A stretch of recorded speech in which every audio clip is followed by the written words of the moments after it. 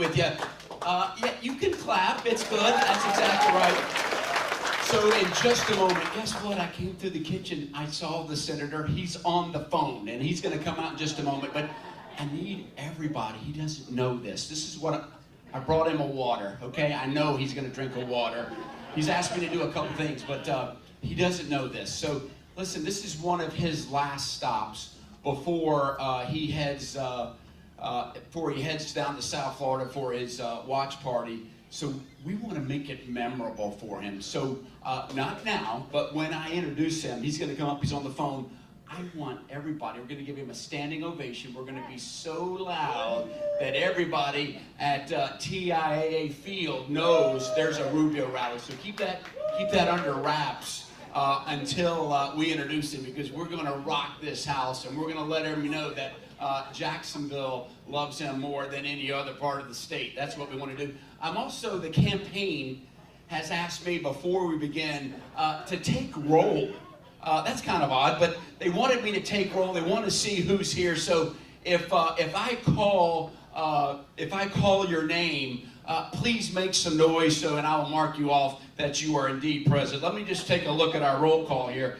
Is anybody here from the beaches? Anybody here from the beaches? Okay, you are here. Okay. How about this? Is anybody here from Duval? Big win yesterday. In fact, there's a takeaway. I'm going to talk about the takeaway that we can learn from the Jaguars in just a moment. That is a great one. Is there anybody here who cares about the Second Amendment? Anybody here? What about pro-life? Anybody care about the sanctity of life? Yes, right here. You're here. Okay, I'll mark you down.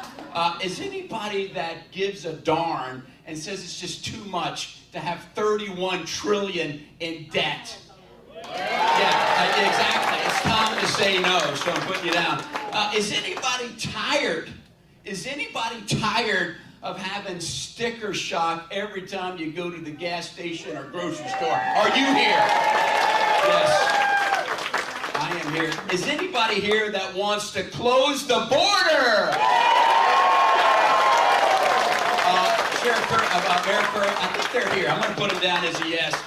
Anybody that's already voted for Marco Rubio? Anybody going to do it tomorrow? That is exactly right. And last, ladies and gentlemen, anybody that is tired of begging other countries that hate us to produce more energy. Absolutely right, ladies and gentlemen. So you are indeed here. I'll report that back so we can begin and bring the senator out. Remember our plan. But I want to tell you, for 2 more days, for the last several years and for the next 2 days, I have had the honor of being your state senator, and we have done so many things together. You've given me the honor of my life, and so whatever happens tomorrow, of course I want you to vote for me for Congress, but I'm excited about Clay Yarborough, Dean Black, and everybody that's coming in. I'm excited for them. We've got great representation. TK, everybody here, the great lineup of great things happening, only because of you. Only because of you that have invested time, money, and energy in all these candidates. We're down to the wire. You're invested too, so I just want to say for all of us, so much is at stake tomorrow, so I am grateful for everybody. I know it's been a long 2 years, but there is light at the end of the tunnel. The only question, is it a train? Well, it's up to us. It's up what we do tomorrow and what we do going forward and the candidates that we select. Let me tell you this, though. The Jaguars have taught us one thing, and it's so good to win, and it's so good. I'm so proud of them yesterday. But we know that if we don't play 4 quarters, if we don't go all the way into the end zone, we can be on the 4-yard line and think it's over, but it's not. We can, and we'll fumble. Or we can be on the 1 yard line and throw an interception thinking it's all over, but it's not. So we have to run through 7 o'clock tomorrow. I got my campaign shirt. I'm out campaigning, kissing baby, shaking hands. And so we will continue to do. So with that, I am pleased to introduce. Are we ready? Is he? We're getting close. Sheriff is Congressman Rutherford. Tell me. Okay. So, ladies and gentlemen, your Senator, my Senator, Senator Rubio. Welcome back to Jacksonville. Thank you, Aaron B. Thank you. So I think this is probably the third or fourth time in this campaign that I have to go after Aaron B. And usually I'm like the guy that's hyped up, and now it's tough to follow, so I'm going to be like the downer, I guess. But he's going to be a great member of Congress here in about 30 hours, whenever they close the polls. We know he's going to be up there, and I'm excited that he's going to be a part of it, because he's going to, not only is he going to do great things for our country, he's going to be very entertaining on Fox News to watch on his interviews. And so we're very proud of that. But I'm really grateful for everyone that's here today, for the chairman, for the mayor, our former lieutenant governor who traveled up with me today, everyone who's here. I'm grateful to everyone for coming out, because we are a day away from what I truly believe is going to be not just a historic election, but a message election. A message election. And I always say that, look, I've been talking about winning. We want to win. We need to win. And we won't win if people don't turn out and vote. There are still people that haven't voted. I would say probably half the voters have still not turned out to vote. And what I don't want people to believe is all these stories you read in the paper about, oh, Republicans are turning out in high numbers. You know, unbelievably, from a historic standpoint, more Republicans have voted in Miami-Dade County than Democrats. That's never happened, ever happened. But that'll mean nothing if tomorrow Republicans decide, oh, I heard we're up by a voter. We don't need to go vote tomorrow because, I got a bunch of other things to do. And suddenly, before you know it, you're in a surprise. We don't need any surprises. We need to win. We need to win big. And the reason why we need to win big is because we got to send a message. It's not just about sending good people. That's really important. But it has to be the kind of win that sends a message. And I've talked a lot about it. My wife is here with me today. She doesn't really get to travel a lot in the campaign because we've got a lot of stuff going on at home. But she's been able to go out with me the last couple of days. Where's Jeanette? Say hello, Jeanette. Say hello, everybody.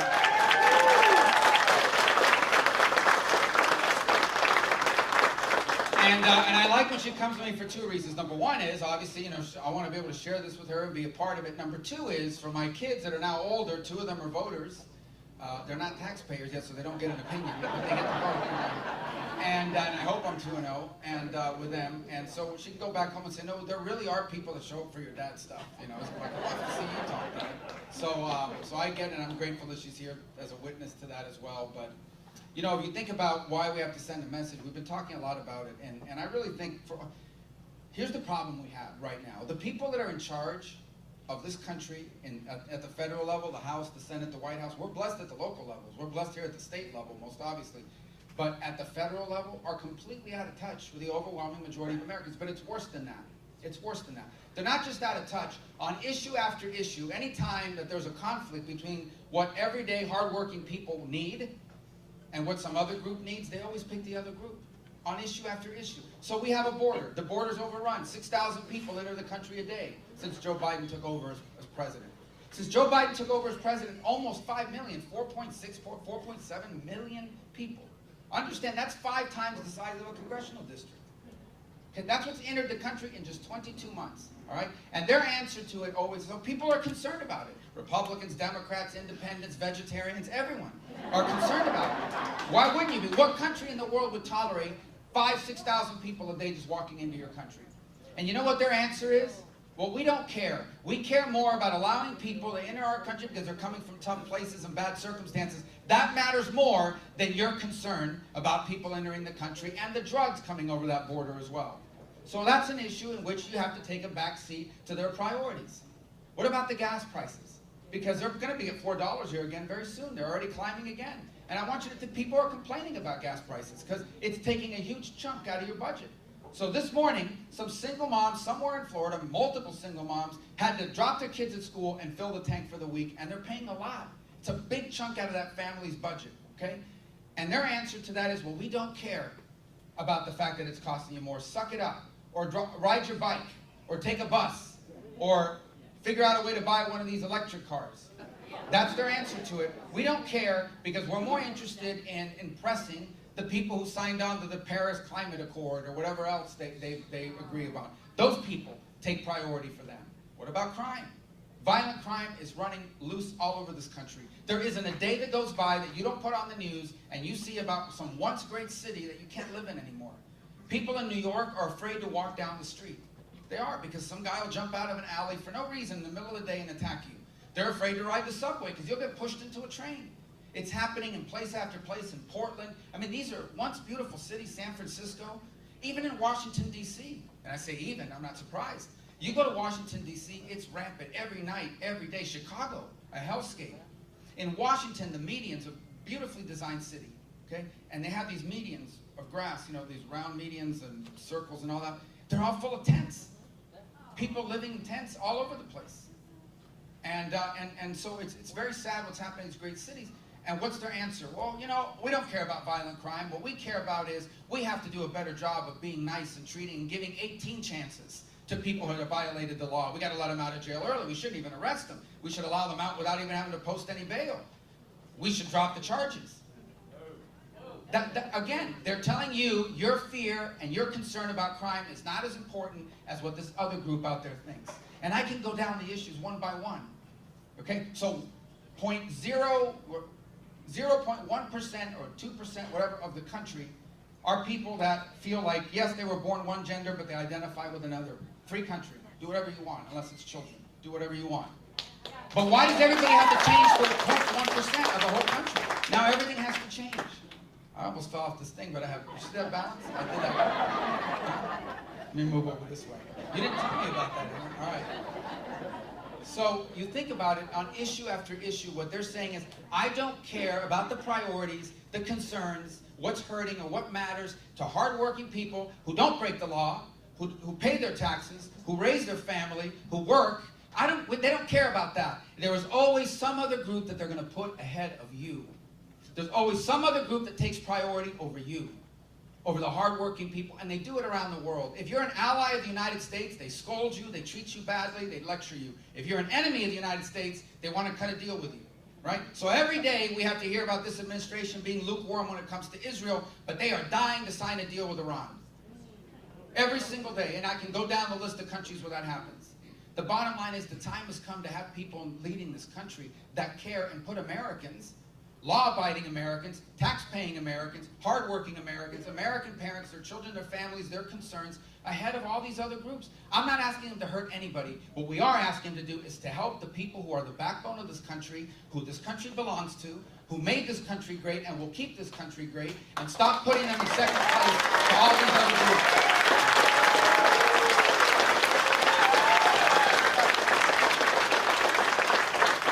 I'll give you a really good example of how this works, all right? So yesterday, Joe Biden was giving a speech, I believe it was in Pennsylvania. He thought he was in Ohio, but it was in Pennsylvania. And so, because they've kept them out of all the states. They've kept them out of all the states that the elections are close. They let him come to Florida, and I tried everything. I begged. I said, can he please stay for like 5 days? Just stay till Tuesday. But they took him right away. So unfortunately, they're not going to do anything to help us.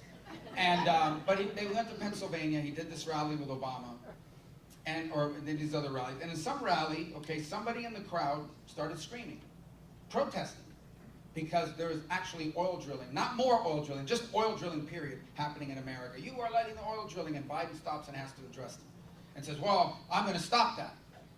And they said, "Well, no, actually, what he said is not under me." And he goes, "Well, there's still oil rigs in the Gulf of Mexico." And he's like, "Well, those were there before me. And we're working on that."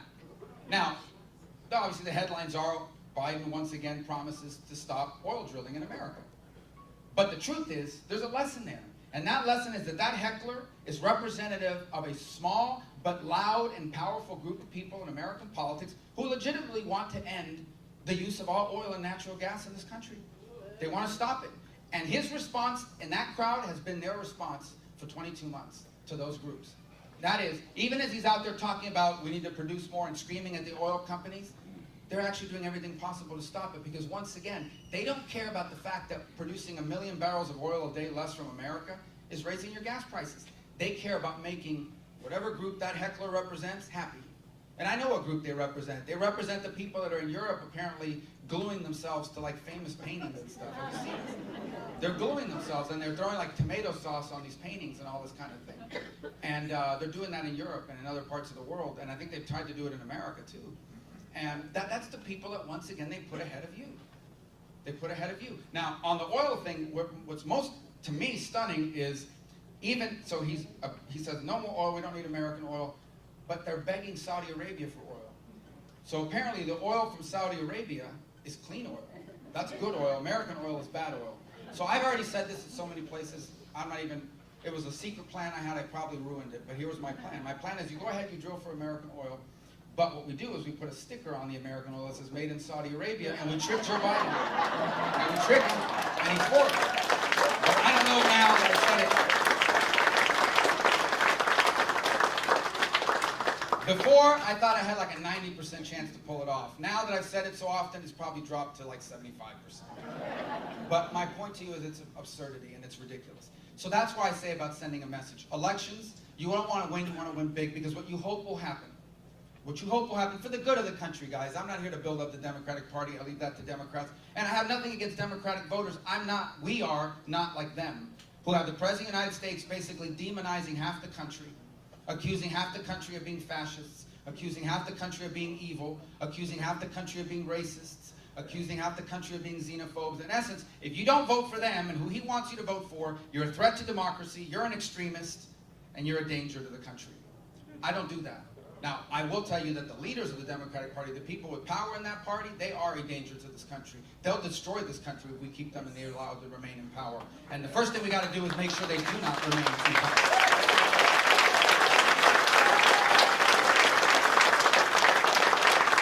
But the second thing we have to do is send a message. Because here's what happens with message elections. Okay? They get crushed. They lose races they thought they would never lose. They lose seats they thought they could never lose. And suddenly, people in the party say, hey guys, I think this crazy stuff's not working for us. We should stop listening to this. It's already kind of worked.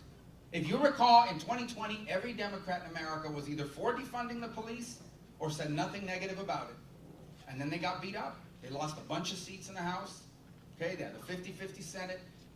And all of a sudden, in 2022, virtually every Democrat in a close race is not just for not defunding the police, they want to overfund the police. They want to like pour all this money, and at least they claim it. They don't really mean it. Because they learned that lesson. But it's not just limited to that. It's all these other issues. And so your hope with these message elections is not only do you remove these crazy people, but you wake up the other party, because honestly, even though I'm a Republican, I think America would be a better country if we had two normal political parties run by normal people who may disagree on some things, but are not tying us down to the lunacy. So we have to send that message. And that's why getting out to vote is what matters. Now look, I think if you came here today and you haven't already voted, you're probably going to vote. I mean, you're going to go to a rally on a Monday, you're certainly going to go vote on a Tuesday, I think. But generally, that's the way it works. But you know some people that don't. All of us do.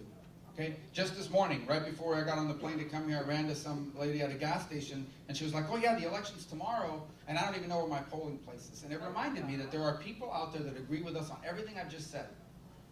But they're not political junkies. Not that you're political junkies, you're just at a rally on a Monday. But nothing wrong, we need you. You're our base. But I'm telling you that there are people out there that care, but they got stuff going on. Who knows? It could be anything. And they're not going to go out and vote unless we help them. And I mean help them, not like fill out the ballot for them like they do in other states. No, I'm not saying that. What I'm saying is help them like understand how important it is that they actually vote tomorrow.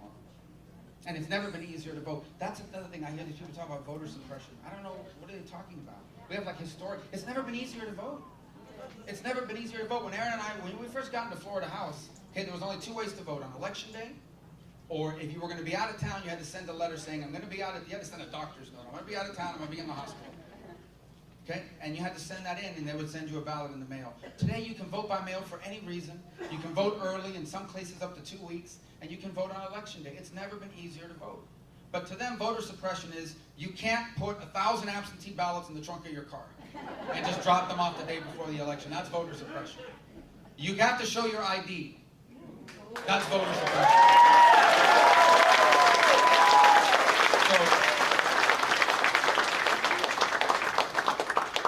So, Well, guess what? You can't get on an airplane without showing ID. Is that flyer suppression? You can't buy Sudafed at a Walmart, at least the Sudafed that works. You can buy the stuff that doesn't work. But you can't buy the stuff that actually works unless you show the ID to the pharmacist. But you can vote without showing an ID in some states in this country. It's ridiculous. And that's what they call voter suppression.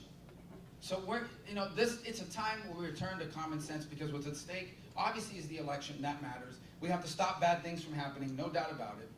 We have to have a majority. Look, if I'm in the majority in the Senate, they're going to be the majority in the House.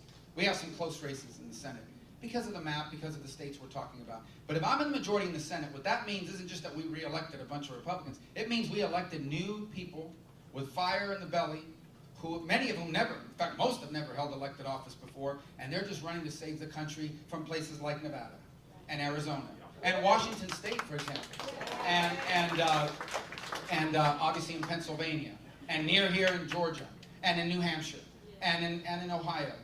These are races, and North Carolina. We are bringing new people and new blood with the energy to do, not just to stop bad things from happening, but to make good things happen for our country. Good things that, look, the federal government's job is not to run the country. People think that our job is to tell everybody what to do. It isn't. Our Constitution very clearly says the majority of the power in this country belongs to the people in their everyday lives. That's what it says.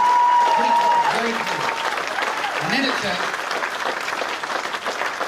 then it says, to the extent we have government power, the majority of that power resides in the hands of the states and local communities. And then it has a federal government that's supposed to be very, very limited. And that's not the direction we're going now. And so that making good things happen is pulling the federal government out of so many things that it's involved in, not because we don't care, but because the federal government makes these things worse, not better. Worse, not better. And so making good things happen, for example, is making sure that we no longer threaten to take away federal lunch money from local school districts because they don't agree to teach things in their curriculum that aren't true, that are ridiculous, that try to sexualize 6, 7, and 8-year-old kids. You don't threaten them over that, and that's what they're trying to do with federal money. It means never empowering people. Can you imagine if Fauci actually had like central government power? Or anybody like him for that matter? Because there are 1,000 Faucis embedded in the federal government, in the bureaucracy. And they have a lot of power. You've never heard of them. You never voted for them. But they have a lot of power because Congress goes home every weekend or goes back home on recesses to work in their states or district. These people are there every day. A lot of them still working from home, by the way. It's shocking. You'd be shocked how many federal employees are working from home remotely, still to this day. In the case of the IRS, maybe not a bad thing, but in the case of these other people.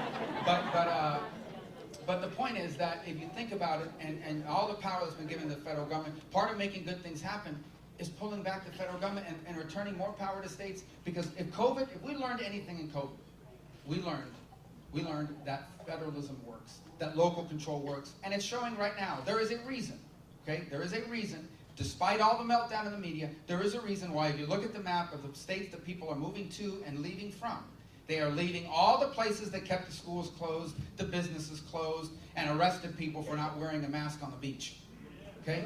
And they are coming to places where there was freedom and opportunity, where kids went back to school, where normalcy reigned, where cost-benefit analysis was undertaken, and Florida's been a big beneficiary of it. If any state in the country has benefited from local and state control, it has been Florida. It is proving it in the people moving here, and it is a lesson in the country that's Florida.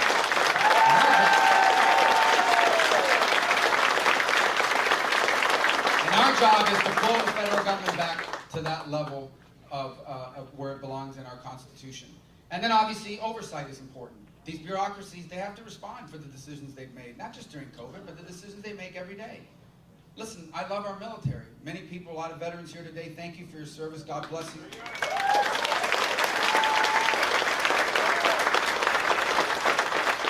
Maybe there are a few people here on active duty. Maybe there are people here who have loved ones, or maybe your children are in active duty, or your spouses. And we pray for them every night, and we thank you for their service as well.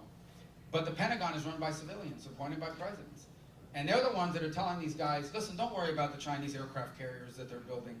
We need you to produce more online social media videos about the proper use of pronouns. And it's like, I don't think that that's going to matter. I guarantee you the Chinese are not producing pronoun videos. You know what they're producing? Hypersonic missiles to blow up our ships. That's what they're producing. And so we should be focused on the things that matter. And I'd like to know what the IRS is going to do with 87,000 armed agents. Armed, 87,000 armed agents. Can you imagine? And we don't have 87,000 billionaires. Who are these people going to go after? They're going to go after small businesses and working Americans. And the list goes on and on. The Department of Homeland Security. We got a Secretary of Homeland Security, okay? Mayorkas. But he's not, yeah, but he's charged at DHS. But Kamala Harris is the border czar. The border czar. And so the border czar and the DHS secretary says our border is secure. And I'm like, whose border? Not our border. I don't know, some other border might be secure. Maybe the border around where they live is secure. I'm sure it is. I'm sure they've got a wall and a fence and guards and everything else. But the American border is not secure. 6,000 people a day, unlimited drugs pouring into America. That's secure. There needs to be accountability for that. For the fact of the matter is, and it's a very simple step, you cross the border, you say the magic words, you trigger asylum, you get to stay. I don't care what they're saying, that happens. It's happening every day. It's happening right now. It's happening right now. On this very day, 6,000 people will enter this country. We have no idea who they are. We have no idea who they are. And so there needs to be accountability. I could go down the list on issue after issue, not to mention the Justice Department. I'd like to know from the Justice Department, because look, they arrested the My Pillow guy. They arrested Navarro that used to work for Trump. They raided Mar-a-Lago. They put out a memo about how parents who show up at school board meetings are extremists. When are they going to arrest? When are they going to start arresting the people responsible for firebombing pro-life pregnancy centers across America? When is there going to be a real investigation into riots in 2020 in hundreds of places that caused billions of dollars in damage, police cars for it? In fact, we should probably take all that money that they wasted on the kangaroo court called the January 6th Commission and spend it on a commission on the riots, on the bombings, on the political violence, on a guy that tried to assassinate Kavanaugh, a Supreme Court justice. We should have, what's the Justice Department doing about those things? Look, I could be here all day talking about accountability, but oversight is an important part of our job. And we owe you that because what's at stake here is so important. I'm grateful to the owners of this place for opening it up and allowing us to come here and being a part of it.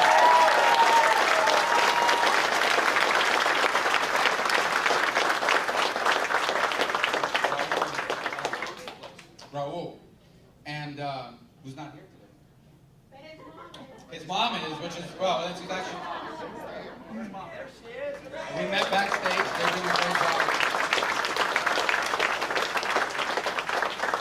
And I'm going to make sure to let Raul actually help me for about 4 years ago. He was involved with us, and everybody that used to work with us goes on to bigger and better things, and we're still, in the Senate, so we're very proud of that. But we're very proud of the people that are so successful. And a place that this sort of reminds you, where Raul's done and what your whole family's done, is really a reminder of what makes us so unique. There are, and I say this a lot, so at this point I'm pretty confident it's true because if not, I'm sure PolitiFact would have said Rubio's wrong, and of course we would have ignored them. But there's 5,500 years of recorded human history. There really is about 5,500 years of recorded human history where we know what happened and what people did.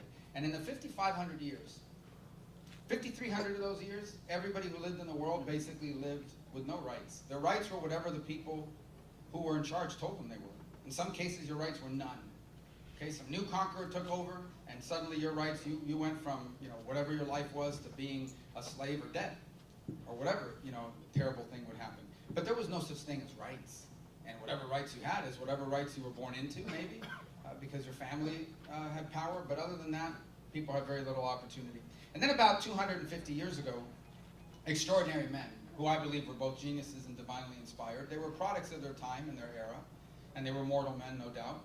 But they were extraordinary because they founded a country on the belief that people had a right that came from God. And they didn't just found a country on that belief. They actually they gave birth to an extraordinary miracle. And for 240 years, we've had this one place on earth where it doesn't matter what the color of your skin is. You're not defined by that. You're not supposed to be defined by your ethnicity. You're not supposed to be defined even by where your parents were born. What defines you is that you are a child of God and that your rights come from that God. And here we have a government and a constitution that not only says it, but protects it. The purpose of the government is to protect those God-given rights. And the extraordinary miracle is what happens when you give people the liberty, the freedom, and the opportunity to pursue their dreams in accordance with those rights.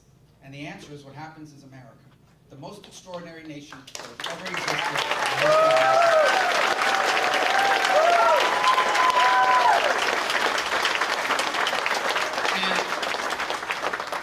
extraordinary because it has rich people. Every country and every civilization's had rich people, and we don't begrudge wealth. But that's not what makes us different. It's not extraordinary because we have a lot of power, military or otherwise. There's been other powerful militaries and empires that have great power, in some cases, relatively speaking, greater than the one we have now.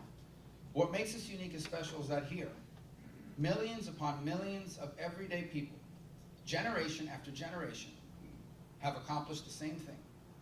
They were able to get married and start a family and live in safe neighborhoods and have jobs that provided dignity and opportunity and retire with dignity and leave their children better off than themselves, both a life better and a country better than the one that was left to them. And that has happened over and over again in an unbroken chain for almost 2.5 centuries. And it's happened because each generation of Americans has made it the driving force, not just to their lives, but of our country and the decisions that it makes. And so now our turn has come to make the same decision. And we are on a road right now, and I'll be frank, we're on a road right now because of these radical leftists and these Marxists that will destroy that. We are on a road right now that if we stay on this road, we will be the first Americans that leave the next generation worse off. Not just worse off personally, but with a country weaker and diminished in comparison to the one that was left to us. Places like this are a testament to that American dream. There are very few, if any, civilizations in human history where the sons and daughters, one generation removed from immigrant parents, and in some cases the immigrants themselves, are able to come here and so dramatically change the course of their family's history and destiny. But in America, it happens every day, it happens all the time, it happens everywhere, and it happens because it's special. And that's what we fight to preserve. And what people basically want is not very complicated. They generally want to live in safe places where criminals don't roam the street and threaten you.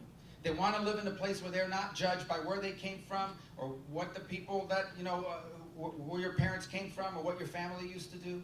They want the opportunity to pursue their dreams, to go as far as their talent and their work will take them. And what they most want is they want to make sure that whatever went wrong for them goes right for their children, that their kids have the chance to do all the things they never got a chance to do. That has defined my life. But that's not just defined my life, that's defined this country. And it's evidenced in places like the one we stand here today. And so when we fight in American politics and we get involved and we go out and vote and we run for office, we do it as much as anything else to preserve that. Because that's worth fighting for and that's worth preserving. The people in charge will rob us of that.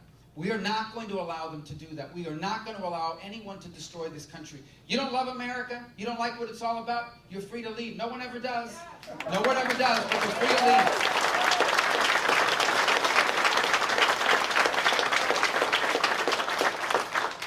You want to live under socialism? Move to Venezuela. You want to live under Marxism? Move to Cuba. Or maybe California. Move, whatever. But my point is, if you want to live in one of those places, you can go. My office will help you. We'll help you with your visa documents and your paperwork. But they're not going to do it. The only people who ever actually leave are some of these actors, and they only leave, it's a fake leave. They go on Twitter, I'm renouncing my American citizenship, I'm so embarrassed Trump got elected. Then you check back a year later, they're still here. They're still here. No one ever leaves. But if they want to leave, they can. You don't want to love this country, you want to believe things about it that aren't true, that's your choice. Free country. People are allowed to believe in crazy things. What you're not allowed to do is destroy the country. We will not allow it. And in this election, we will send that message that we will not allow it. But you got to go out and vote so we can win, and we can leave our children what they deserve to inherit. The greatest country in the history of the world. Thank you guys. God bless you. Let's go win.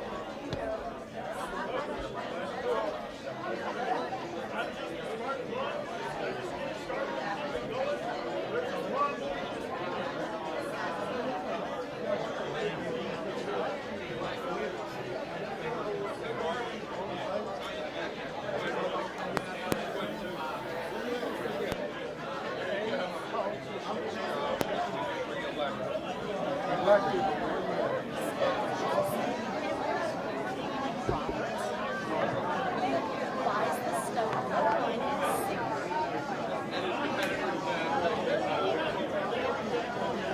Just have to walk right out that door and people don't even realize. Well, they don't know how to.